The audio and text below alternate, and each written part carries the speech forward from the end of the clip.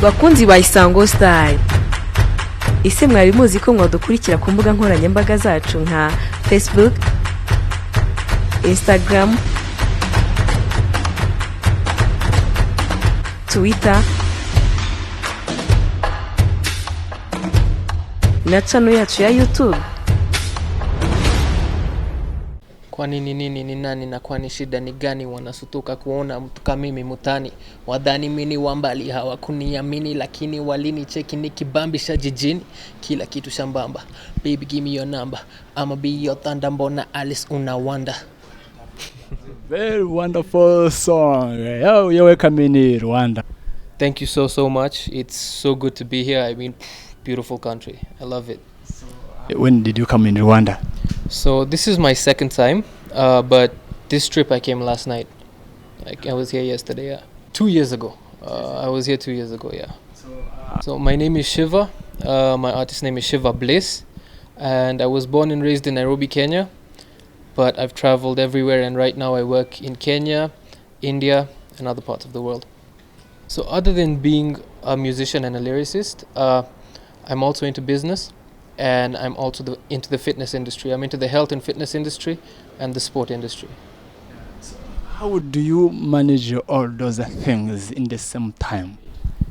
One thing I believe is, if there's things you love, whether that's one thing or there's 5 things, if you genuinely love what you do, you can make time for them. So I literally just look at something that interests me, inspires me, and I go out and do it. And my favorite things in the world are writing lyrics and being in sport, so I get time to do it. When did you start your music industry?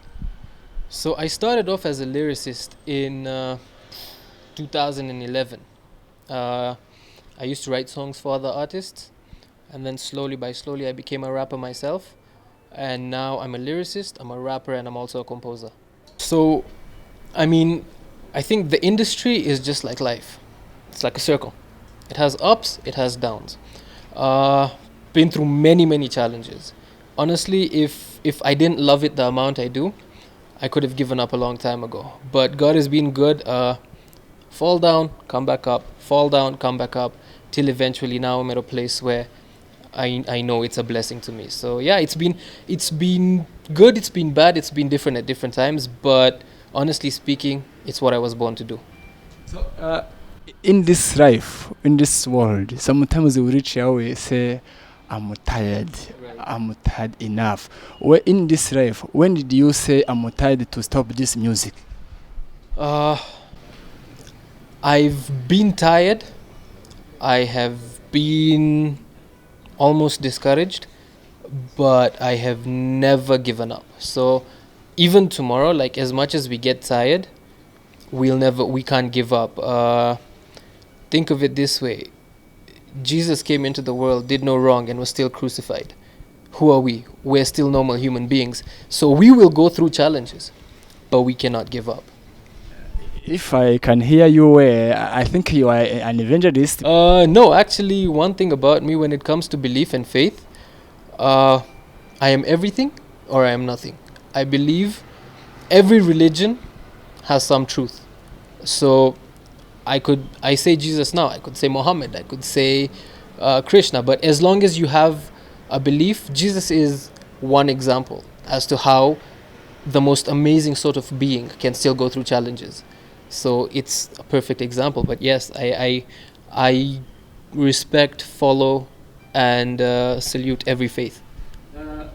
From the time you start this music industry till now, I think you are in a good level. Which secret did you use that you are still in this music? When we turn around our horse, we see some people, they failed, they stopped. Which secret did you use? Secret. So one thing, like I said, not giving up. Another thing is being humble and always willing to learn.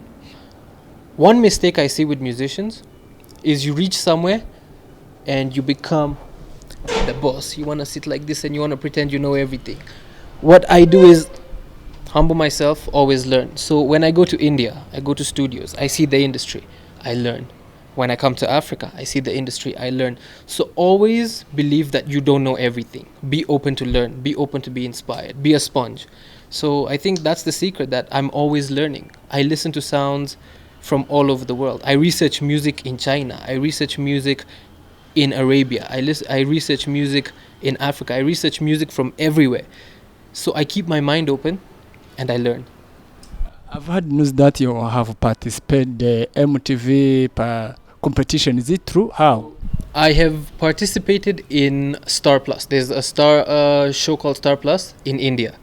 And I have been nominated as one of the top upcoming artists by MTV Base in the past. So the competitions were in India, and I've been the first person from East Africa to get to that level. You see, now you are in Kigali. Maybe you have come to visit Rwanda. What is the purpose for coming here? The main purpose for coming here in Rwanda? So as most of you know, I have a brother and an artist called Gallus, who's Rwandese, and I met him in Kenya, and we do a lot of music together. So right now I'm here. I believe there's a lot of talent here. I'm seeing how I can collaborate with that talent and nurture that talent and also grow with that talent here. So I've come to look at the industry. I've come to look at the health and fitness industry, the music industry, and just generally the entire entertainment industry here, just to see how I can be a part of it and how I can help bring my knowledge here. Absolutely. So that's exactly the thing. With entertainment, I want to see how we can go the whole 9 yards. From record labels to studios to television, how we can penetrate based on the talent there is here. That's exactly what my research is right now. That's what I want to do. On the pharmaceutical side, I do different businesses, and I have some follow-up meetings that I can't disclose right now.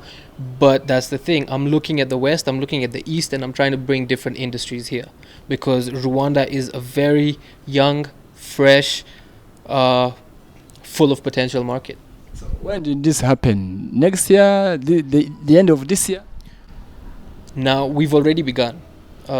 This is phase 1, right? Where we're doing research, we're doing analysis, and we're doing groundwork. We're still having meetings.